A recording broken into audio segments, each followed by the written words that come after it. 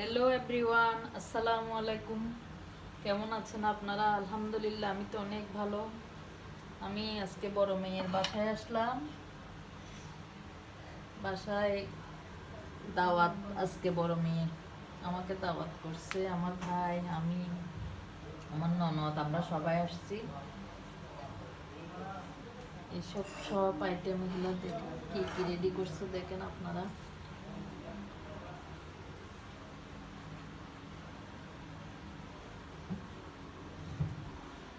এই তো কোরাল মাছ, গরুর মাংস, ইলিশ মাছের ডিম, ইলিশ মাছ ফ্রাই, কলিজা বোনা, লতি ভাজি, চিংড়ি দিয়ে লতি, তারপর ইলিশ মাছের মাথা দিয়ে আলু, তারপর মুরগির কোরমা।